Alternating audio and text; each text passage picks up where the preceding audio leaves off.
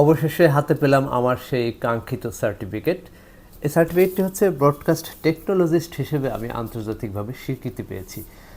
গত 14ই নভেম্বর 2025 সালে আমেরিকায় আমি একটি পরীক্ষা দিয়েছিলাম। এই পরীক্ষাটির আয়োজন করে থাকে আমেরিকার অনেক পুরনো একটি সংগঠন, যেটা ব্রডকাস্ট ইঞ্জিনিয়ারদের নিয়ে একটি সংগঠন, সোসাইটি অফ ব্রডকাস্ট ইঞ্জিনিয়ার। এই প্রতিষ্ঠানটি 1964 সাল থেকে তাদের এই নন প্রফিট একটি অর্গানাইজেশন পরিচালনা করে।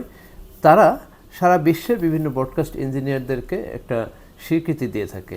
তো সেই পরীক্ষা আমি অংশ নিয়েছিলাম এবং আমি অংশগ্রহণ করে পাশ করি, এবং আমাকে সাথে সাথে তখন ইমেইলে একটি সার্টিফিকেট পাঠিয়ে দেওয়া হয়েছিল।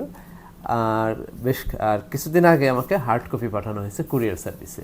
তো মাঝখানে ব্যস্ততার কারণে এটি আসলে আমি খুলতে পারিনি। তো আজকে আমি জাস্ট এটা আনবক্সিং করব এবং দেখি আসলে এটার ভিতরে কী কী আছে।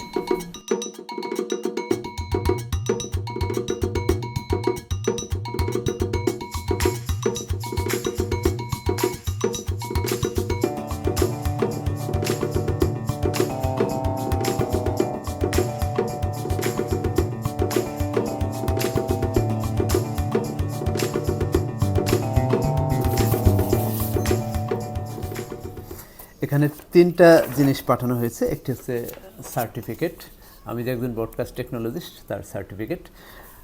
আরেকটি পাঠানো হয়েছে, এটা সার্টিফিকেট ডিরেক্টর চিঠিটি পাঠিয়েছেন যে আসলে আমার এই সার্টিফিকেটের মেয়াদ কতদিন। মূলত এই সার্টিফিকেটের মেয়াদ হচ্ছে 5 বছর, এবং এটি প্রায় এই পরীক্ষায় অংশ নিয়ে পাশ করতে হলে কমপক্ষে 70% সাকসেসফুল অ্যান্সার দিতে হয়। তো আমি সেটা সঠিকভাবে অ্যান্সার করতে পেরেছি। তো তার একটা চিঠি। আরেকটা জিনিস পাঠানো হয়েছে একটি ভিজিটিং কার্ড। সো আমি চাইলে আমার প্রফেশনাল যে কোনো কার্ডে, ভিজিটিং কার্ডে, বিজনেস কার্ডে এই সোসাইটি অফ ব্রডকাস্ট ইঞ্জিনিয়ার্সের লোগো ব্যবহার করতে পারবো, এবং আমি সেখানে লিখতে পারবো সার্টিফাইড ব্রডকাস্ট টেকনোলজিস্ট, এবং এখানে আমার এটা সার্টিফিকেট নাম্বার দেওয়া আছে। সো এটা যে কেউ চাইলে যে আমি যে আসলে দাবি করছি সেটা সঠিক কিনা যে কেউ ভেরিফাই করতে পারে। তো ছোট্ট করে একটু বলে রাখি যে এই সার্টিফিকেটধারী, অর্থাৎ ব্রডকাস্ট টেকনোলজিস্ট হিসেবে বাংলাদেশে আমি প্রথম, তবে অন্যরা চেষ্টা করলেও এটা অর্জন করতে পারবে আশা করি। এবং এটা বাংলাদেশের জন্য আমি মনে করি একটা বড় অর্জন। আর এই পরীক্ষাটা আসলে বেশ জটিল। তো এখানে পরীক্ষার প্রিপারেশন বলতে পারেন এই পরীক্ষা আসলে প্রিপারেশন কীরকম। প্রিপারেশন আসলে বাস্তব অভিজ্ঞতাটাই বেশি জরুরি।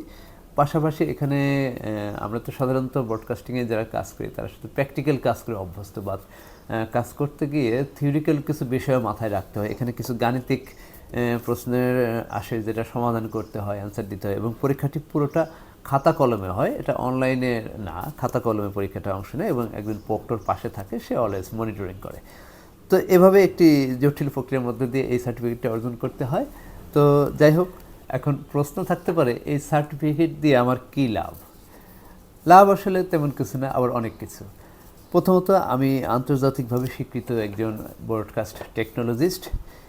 এছাড়া আমি আমার ইমেইল, ভিজিটিং কার্ড কিংবা বিভিন্ন জায়গায় আমি এই সার্টিফাইড ব্রডকাস্ট টেকনোলজিস্ট শব্দটি এবং এই সোসাইটি অফ ব্রডকাস্ট ইঞ্জিনিয়ার্সের যে লোগো সেটা আমি ব্যবহার করতে পারবো সব জায়গায়, এবং এই সার্টিফিকেটটা আমি বিশ্বের যে কোনো জায়গায় শো করতে পারবো। এবং যদি আমি ব্রডকাস্ট টেকনোলজি রিলেটেড কোনো সুবিধা পেতে চাই কিংবা কোথাও কাজ করার ক্ষেত্রে এটা একটা অতিরিক্ত এটাকে বলে অভিজ্ঞতা হিসেবে কাজে দেবে, এবং এটা সারা বিশ্বে এরকম আছে, আমার মতো আরও অনেক টেকনোলজিস্ট আছে। এবং আমি মনে করি যে আমার প্রায় 20 বছরের উপরে টিভি মিডিয়া ক্যারিয়ার। তো এর ভিতরে আমার কাছে এই সার্টিফিকেটটা একটি বড় অর্জন, এবং আমার একটা স্বপ্নই ছিল যে আমি এরকম এই ব্রডকাস্ট টেকনোলজিস্টের সার্টিফিকেটটি অর্জন করব। সেই জন্য মনে মনে বিভিন্ন প্রিপারেশন ছিল, কিন্তু এই পরীক্ষাটি দিতে গিয়ে আমি বুঝতে পারি যে আসলে পরীক্ষাটা আসলে জটিল, এবং এখানে শুধু প্র্যাকটিক্যাল অভিজ্ঞতা থাকলেই হয় না, আমাদেরকে থিওরিক্যাল কিংবা আমাদের বিভিন্ন কারিকুলাম সম্পর্কে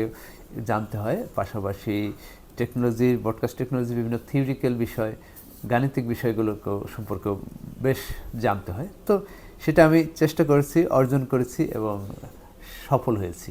তো আমার জন্য সবাই দোয়া করবেন।